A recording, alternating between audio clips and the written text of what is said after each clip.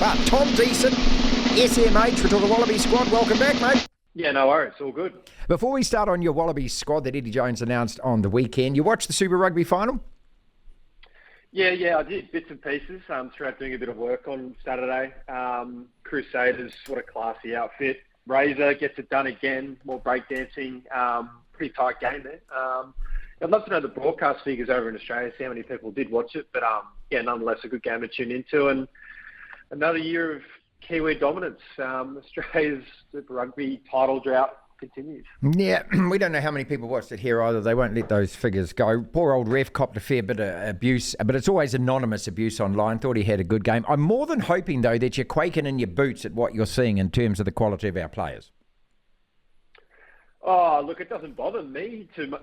You'd have to ask Eddie Jones on that front. I think they'd be quietly confident that they can spring something. I mean, it's obviously always hard when Australia do play New Zealand to start with, but obviously in a World Cup year that changes around a little bit, so Australia won't, face the All Blacks straight away. So they get a couple of tests, one in South Africa and then one back here in Sydney before that Melbourne Bledisloe test late in July. So I think it actually suits Australia having a couple of tests to build into the All Blacks, because obviously that will mean more to them than the TRC overall if they could, get a win in Melbourne and then they don't have to go to Eden Park, which is obviously they're pretty happy about this year. Tom, so this squad that Eddie Jones has named, it's 34 players. We named 36. Tell us first who missed out that you think might or should have got the call.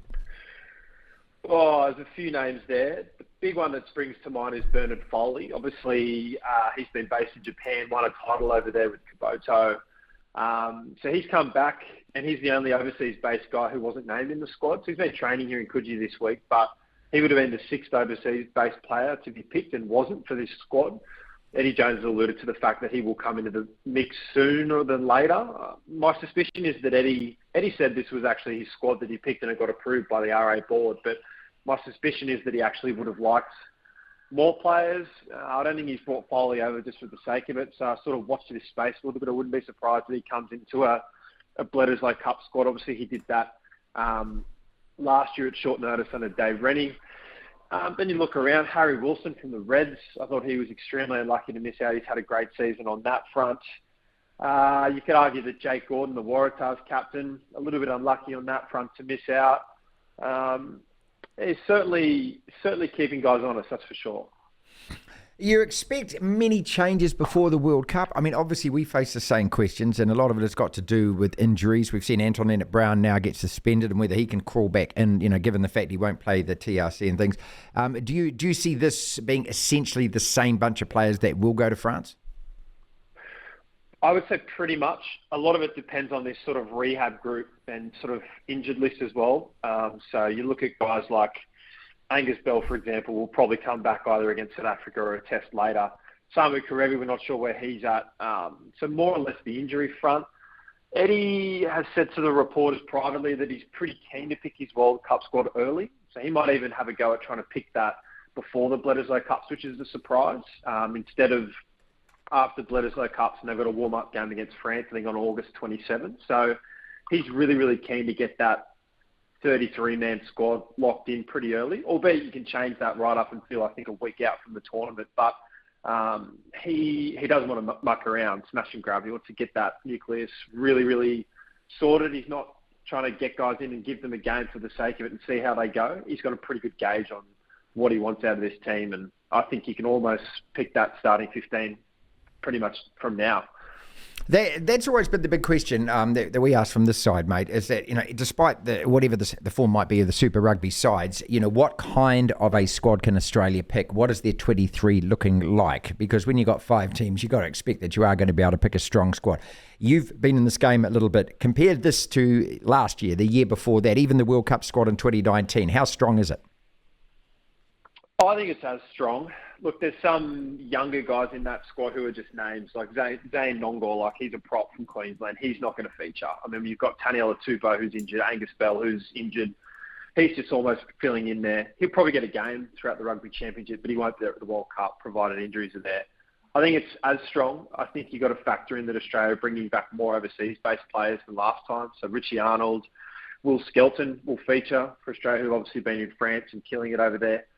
The fact Australia's going to be able to draw upon a few more guys from around the world than previous years or even last World Cup, I think will help them. I think there's actually a fair bit more depth in terms of actual test numbers, albeit they won't have a lot of time together under Eddie Jones, but I think he's quietly confident that he can do something, and you'd be going to back against him. Could it all blow up in our face? Maybe. I don't know. But it's going to be a wild ride for the next 3 or 4 months.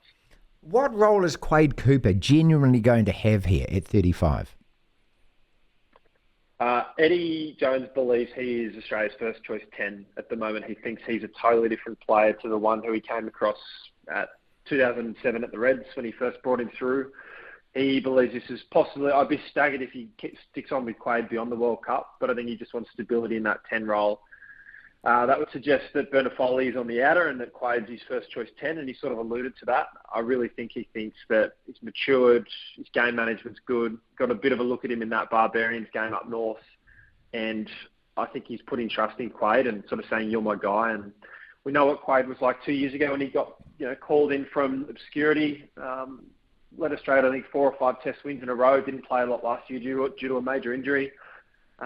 He's fit, looks after his body, different guy to the one that we know from, 10, 12 years ago. So Eddie's got big raps on Quade, so probably more a question for him. But yeah, I think he's going to be pivotal to Australia at that World Cup. And finally, Tom, is there any argument at all around the fact that you select overseas-based players? Because here in New Zealand it causes a huge uproar, furore, much debate every time that this gets raised. And whether or not New Zealand rugby eventually going to open that door, we don't know. But is it ever an issue for you guys? I think the people at Super Rugby it affects, and you could argue that players and administrators from those Super Rugby franchises are against it. I totally get that. But when Australia hasn't won the Bledisloe Cup for more than 20 years, a Rugby World Cup since 1999, something's got to change. Something's got to give. A win record of 38%. I don't think Australians are going to cop that and haven't copped that. They're desperate for change. Eddie Jones could pick 15 players from overseas. If Australia won the World Cup, no one's going to be complaining. So I think it's got to the point where Australia's almost kind of gone towards our soccer model in terms of picking your best players from overseas no matter where they are. And this will be the closest it'll be to that. It won't be 15, but I think we could see maybe 6, maybe 7 if they really push the envelope come the World Cup overseas-based players. So I think generally that changing that sort of narrative and feeling sentiment amongst Australians is changing a bit on that front.